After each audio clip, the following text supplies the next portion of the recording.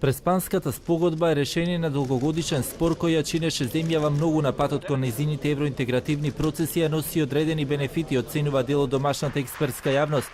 Сепак во конкретниот случај со Македонија ова е само уште еден доказ дека меѓународното право не се почитува, бидејќи големите сили и држави го наметнуваат своето влијание врз помалите кои мора да прифатат компромиси и отстапки кои во нормални услови не би ги прифатиле, вели поранешниот амбасадор Благоје Зашов.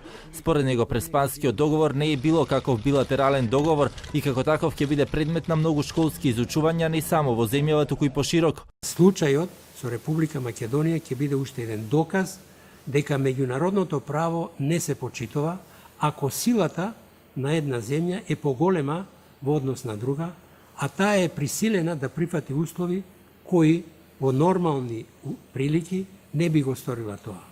Но би додал дека придобитките што се постигнуваат со спогодбата од Преспа наоѓаат оправдување кое долгорочно ќе се покаже како позитивно. Со него се решава спор за кој се преговара долги години и кој ја чинеше оваа земја многу.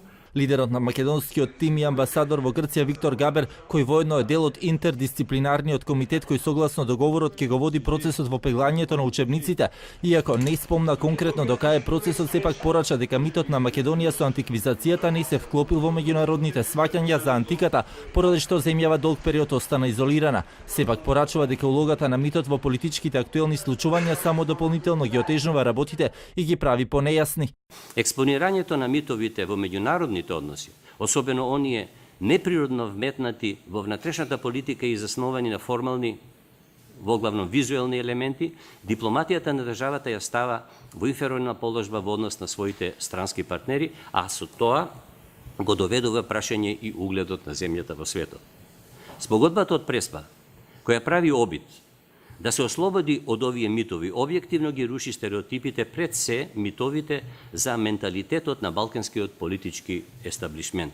Договорот со Грција пак носи бенефити за македонските граѓани како индивидуи, оценува професорката Најчевска, која вели дека спогодбата отвара поголема можност за запознавање на културите меѓу себе, но и пред се отвара можност за самоспознавање и дефинирање на сопствениот идентитет, кој е загарантирано право на секого. Ниту една одредба од оваа спогодба нема за цел на било кој начин да ја поткопе, измени или да влие на употребата од страна на граѓаните на двете страни. Самите граѓани можат да си се нарекуваат македонци, можат да си го градат својот идентитет, можат да си се нарекуваат и антички македонци, никој не може тоа да им го забрани.